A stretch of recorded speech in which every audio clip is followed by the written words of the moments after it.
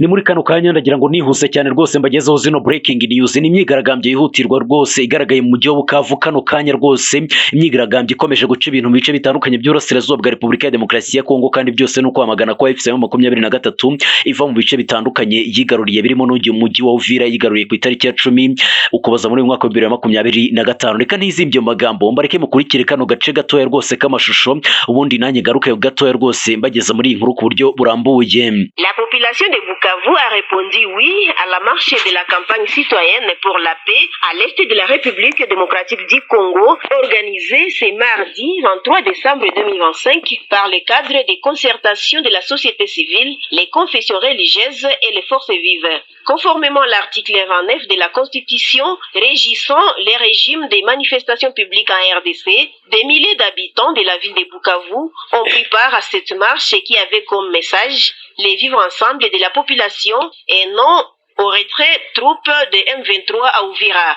La marche avait comme itinéraire Nyawera, place Mouzi-Roi, Sonas, place de la Paix, Feu Rouge jusqu'au cabinet du gouverneur à la Botte Nyamoma, dans la commune du Banda, où le gouverneur des provinces, Patrick Boussouangouin Chumbo, a réceptionné les mémorandums. Cela étant, une paix de façade imposée et caporalisée, même par une superpuissance, porte en elle-même les germes de sa déliquescence tant qu'elle n'est pas fondée sur le consensus existentiel de peuple congolais et de la région des Grands Lacs, susceptible de résorber les antagonismes internes en RDC et régional au sein de la région des Grands Lacs africains.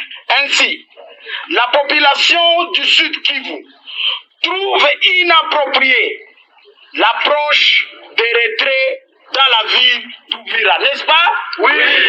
Ainsi, la population du Sud Kivu trouve inappropriée l'approche des retraits à Uvira et partout ailleurs, car cela relèverait d'une approche sensationnelle et non des mécanismes de cessez-le-feu fiables tels que décrits dans les accords de droit de Washington et de leurs annexes.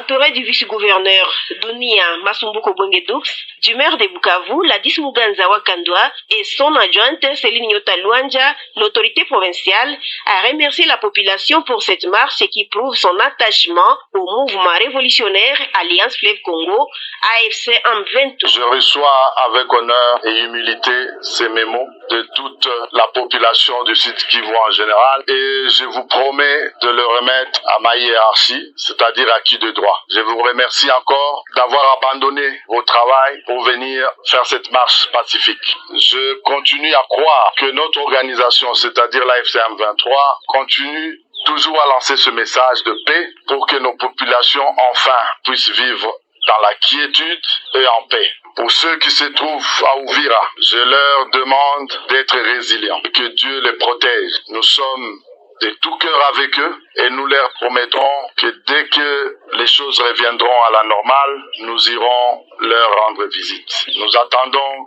que la hiérarchie de notre organisation puisse en décider. Vous avez remarqué qu'il y a des marches partout dans les zones sous notre contrôle. Cela prouve à suffisance que la population est fatiguée de l'insécurité, du désordre, de la mégestion, et c'est ainsi qu'il reçoit ce mémo, comme je disais tout à l'heure, avec humilité et le rendra à qui de droit. N'ibihumbi by'abaturage bo mu ntara ya Kivu y'Amajyepfo mu mujyi wa Bukavu bakoze imyigaragambyo y'amahoro yamagana rwose ibikorwa byo kuva mu mujyi wa Uvira, n'ibikorwa biheruka gukorwa na FCM23 babyamaganira kure ku rwego rukomeye cyane, bavuga ko bifuza ko FCM23 ikomeza kugenzura uyu mujyi yigaruriye.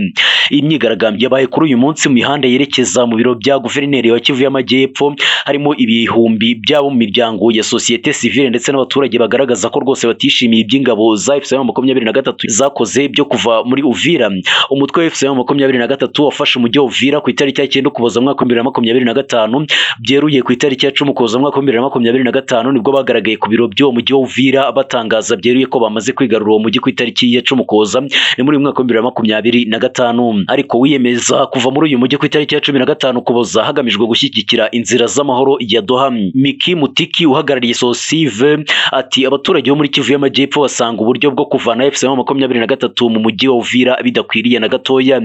Guverineri wa Kivu y'Amajyepfo Patrick Busu Bwangwi yavuze ko rwose bakiranye yombi ubusabe bw'abaturage bose b'iyi ntara ndetse abashimira urugendo rw'amahoro bakoze aho birinze umuvundo bakagenda imyigaragambyo y'amahoro ndetse ituje cyane. Icyo bari gusaba nuko FCM23 yareka gukomeza gukora ibi bikorwa ahubwo ikajya ikomeza kuguma neza mu bice yigaruriye byose. Yahamije ko FCM23 izakomeza guharanira amahoro ndetse no kubwira abo bireba bose kugira ngo abaturage bashobore kubaho mu mudendezo ndetse n'umutuzo ushoboka ari wo wose.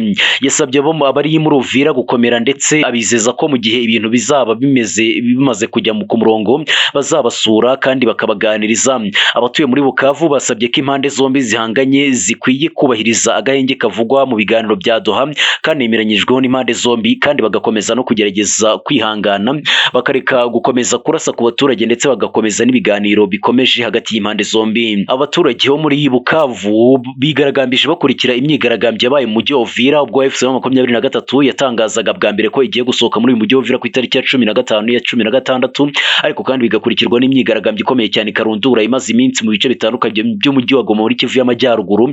Ariko kandi hakaba hakurikiyeho abaturage bo muri uyu mujyi wa Bukavu nabo bari kwigaragambya bavuga ko rwose batifuza ko FCM23 ikomeza kugenda ihunga ibice yari yarigaruriye. Guverineri w'intara ya Kivu y'Amajyepfo yongeye gushimira byimazeyo abaturage bo mu mujyi wa Bukavu avuga ko rwose bigaragambije mu mahoro ndetse n'umutuzo kandi avuga ko bakiriye neza cyane rwose ubu busabe butuje cyane cyangwa se ubusabe bwiza cyane rwose bw'abaturage ba Bukavu. Avuga ko rwose FCM23 izakomeza kugenda icungira abaturage umutekano ndetse igakomeza no kugenda ibifuriza gukomeza kugubwa neza aho baherereye hose mu bice byose bitandukanye by'Uburasirazuba bwa Repubulika ya Demokarasi ya Kongo kandi ko FCM23 itazakomeza kugenda irebera ibikorwa by'ubugizi bwa nabi bikomeza kugenda bikorerwa abaturage muri ibyo bice bitandukanye by'Uburasirazuba bw'igihugu kandi ko icyo yiyemeje ari ugukomeza gucungira umutekano abaturage b'igihugu cy'Uburasirazuba bwa Repubulika ya Demokarasi ya Kongo muri rusange. N'inshuro nyinshi cyane FCM23 yagiye ikomeza kumvikana ivuga ko izakomeza kurwanira abasivile ku ruhande rwayo kandi kazakomeza kugenda irwanya leta y'Kinshasa ikomeza kugenda yangiza cyangwa se ihutaza abasivile mu Burasirazuba bwa Repubulika ya Demokarasi ya Kongo. Ibigendanye nuko rwose FCM23 idakomeza kugenda yihanganira ibitero Karundura bya Repubulika ya Demokarasi ya Kongo.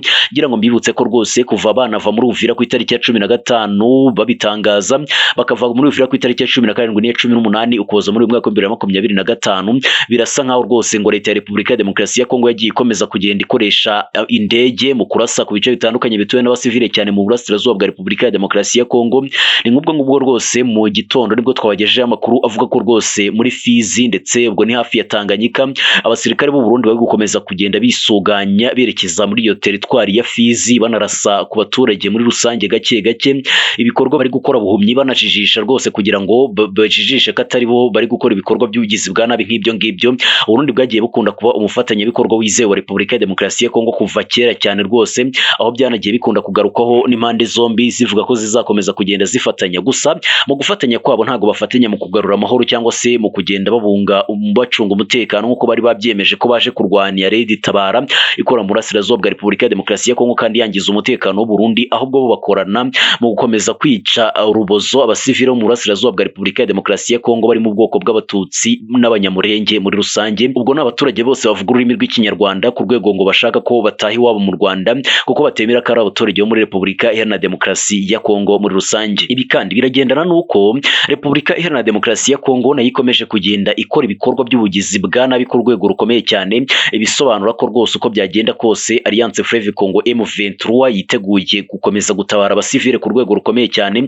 Ariko kandi nk'uko ijya kuva mu mujyi wa Uvira yari yasabye ko nta ngabo za leta ya Repubulika ya Demokarasi ya Kongo yifuza ko zigera muri uyu mujyi wa Uvira cyangwa se izindi zose zagize uruhare mu bikorwa by'ubugizi bwa nabi bwakomeje kubera muri uyu mujyi wa Uvira. Ahubwo FCM23 yifuje ko ngo wabahuza barimo Leta Zunze Ubumwe za Amerika nk'ubwo yari yatanze ubusabe bw'uko FCM23 yava muri uwo mujyi. FCM23 yasabye ko rwose bashaka ingabo zitagize aho zibogamiye na hamwe ku rwego bashobora no kuba babafasha kugira ngo babone ubwisanzure abaturage bakomeze kugenda barindirwa umutekano mu buryo bushoboka ubwo aribwo bwose. Impande zombi kandi zikomeje ubugizi bwa nabi mu bice bitandukanye by'Uburasirazuba bwa Repubulika ya Demokarasi ya Kongo. Ni ngubwo rwose mu misozi miremire ya za Minembwe niho abarwanyi benshi ba Wazalendo bahungiye ndetse n'abasirikare ba FARDC. Ariko kandi mu bugizi bwa nabi bukomeje hari ubugizi bwa nabi bukomeye cyane buri gukomeza gukorerwa mu gihugu cy'u Burundi, aho bari kuvuga ko rwose impunzi z'abanyekongo zahungiye mu gihugu cy'u Burundi nazo zikomeje kugenda zicwa urusorongo, ziri kwifuza gutaha mu gihugu cyazo, ariko kandi abagerageje gushaka gutaha bakicwa, abandi bagafungwa mu buryo bunyuranyije n'amategeko muri rusange.